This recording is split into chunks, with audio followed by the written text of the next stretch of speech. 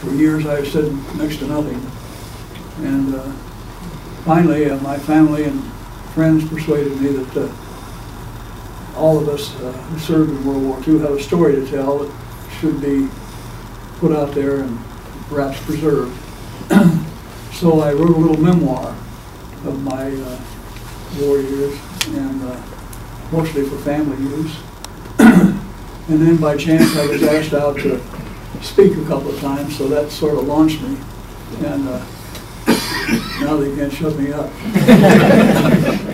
And I could have stayed in the anti-aircraft battalion, but we were assigned coastal duty in Oregon, and it looked like we were going to be there for a while. So they came around one day and asked if I would be interested in going to the infantry school, officer candidate school, and joining the infantry. I thought about it a little bit, and I finally agreed to do it. So I went to the infantry school at Fort Benning, Georgia, and came out what's called a 90-day wonder. 90 days of training to become an officer and a gentleman. And then I was assigned to the 29th Division, and soon after shipped overseas to join the division. The company we were in had 3 platoons, 6 officers, 140 men. But it was questionable whether any company in the 29th Division ever had exactly that number. Higgins boats, they were called after the name of the guy who invented them. It held 30 soldiers in tight quarters, plus the coxswain, who was a Navy man. So our 42 men in our platoon had to split up. The wind was blowing hard, the seas were rough, and waves were cresting over the boat and drenching us as we stood there and crowded shoulder to shoulder. We were about 3 miles out. We saw battleships all around us, huge battleships, shelling the shore. We would see great flashes of fire. Then a moment later, a huge explosion, and then clouds of yellow, black smoke on the coast. Alongside us were the 1st Division, the big red one, I'm sure you've heard of, and the 2nd Rangers. They're the ones who scaled the cliffs in a place called Pointe du Hoc. Our mission was to establish a beachhead on Omaha Beach, nullify the German fortifications on the high ground, capture the small towns along the coast, and the major highway running along the coast. The first to land just after 6:30 a.m. My unit, 115th, was to go in a half hour later.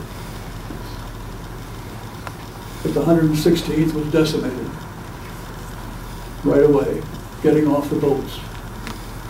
So we went in earlier than we were supposed to. We'd been circling, and as we got the signal and we turned and headed in, we were some distance out, perhaps a mile or so. We could see fire coming from the German fortifications on the high ground. We could see other Higgins boats around us being hit in the water. One right next to us was split in half. All men went down, we think. We saw our tanks, supposed to be amphibious, sink. Sometimes with the crew clambering out, sometimes no one got out. And we saw the troops who went in ahead of us blown nearly to bits, not behind much protection as far as we could see. We knew then we would have a dreadful time. I guess we knew that all along. But until you're there, it's not possible to realize the enormity that is coming. And machine gun fire began slamming into the side of our own boat. We didn't land where we were supposed to. Few did. But our coxswain was pretty good. He got us in as close as he could under very difficult circumstances. And we landed, I think I heard later, it was a little over a mile away from where we were supposed to, before two small towns, Vierville and Saint Laurent. Out of the boats, hit while trying to wade in. Some touched mines, there were mines all over. Some drowned. Bodies everywhere. Wounded everywhere. Here we were on Omaha Beach, and instead of being finely honed, well-trained infantry warriors, most of us were exhausted, almost helpless, pinned down so we could barely lift up, scrambling for any kind of shelter we could find. Coming in, our radio man was hit in the water just before we reached the beach, and another soldier and I got him under the arms and dragged him up on the beach behind some kind of marginal shelter, and we called for a medic. And to our surprise, one came right away, followed a couple of minutes later by a second one, and we could see that his wound was probably not life-threatening, but at the same time, the war was over probably for him. And the medics tended to him, and they had a little fold-up stretcher that they unraveled and put him on it and took him away somewhere. Later, though, we heard that one of the medics stepped on a mine, and they all went. We learned that as soon as the battle began, the advantage shifted to the Germans. Once on the beach, we were relatively mobile, movement by foot only. Very few vehicles made it to shore on those first assaults. So here we were on a narrow, enclosed battlefield, many natural obstacles to overcome, little protection, with the Germans heavily fortified on a high ground above the beach. Most of us didn't land where we should have. We didn't have adequate support, and the Germans were much stronger than expected. There was no way we were going to knock out a German concrete emplacement with a 30 caliber rifle. We had to get closer so we could use grenades and bazookas and Bangalore torpedoes, heavier weapons to get at them. We also learned that the Germans were pretty good with mortars. They could put a mortar shell, I think, down your shirt collar. Finally, we got to the place late in the morning where we could set up our own line of fire. We could see flashes coming out of the German gun emplacements, though. So we tried to pin them down a little in the hope we could get close enough with heavier weapons and drive them out. We were returning fire at that point, but most of us had grave doubts about making it. Fear was a strong emotion, followed by anger and sadness. If we had to die, we hope we could somehow do that well, even bravely. Late in the morning, almost noontime, the Navy blew a big hole in a tremendous cement barrier that the Germans had erected in what was known as the Vierville Draw. It was an access road from the town down to the beach in peacetime. The Germans had put up this big concrete barrier so nothing could get by it, the vehicles. After the Navy blew the big hole in the wall, we burst through it, and we found ourselves in the small town of Vierville.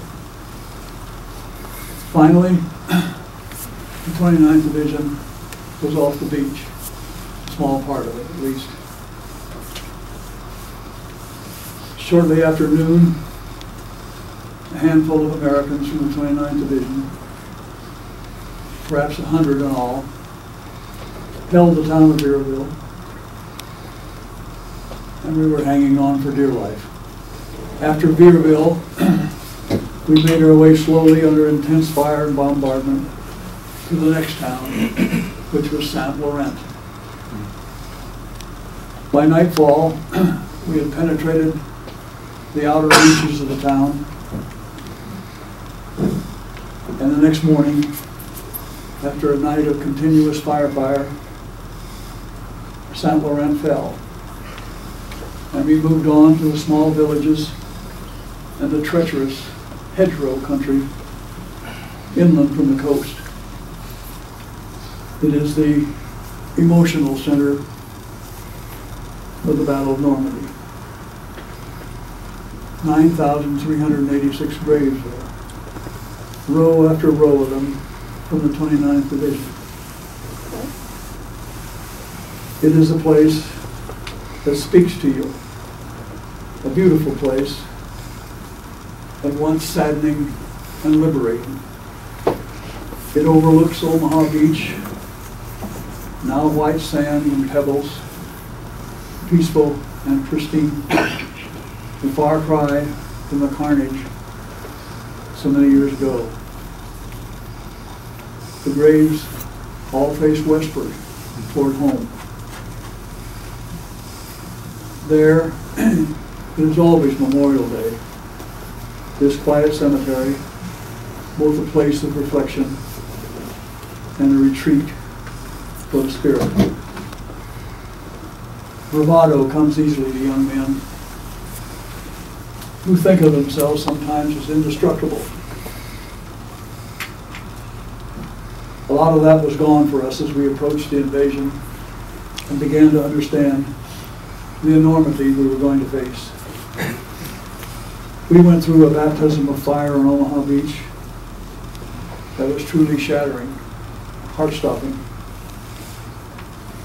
I've wondered all my life how I made it through that day when so many didn't. And I finally got to the place in life where I can say without shame that on those nights on the front lines, in the ditches, in the foxholes, in the bombed out buildings, that I shook and trembled, and that I cried over the things that I had seen and had to do that day. I remember so well the first night in France, just off the beach, on the edge of this small town called Saint Laurent, exhausted, cold, frightened, wet, but in some ways elated. That's a strange thing to say, elated. But the 29th Division had been there, and I was with them. No matter what happened next, we had made it through that terrible day, the longest day. War brings out the worst in man, but it also raises him to summits of self-sacrifice, self-denial, and altruism. My contribution was pretty small in the annals of courage in the United States Army, but I have been in the company of some very brave men. God bless America.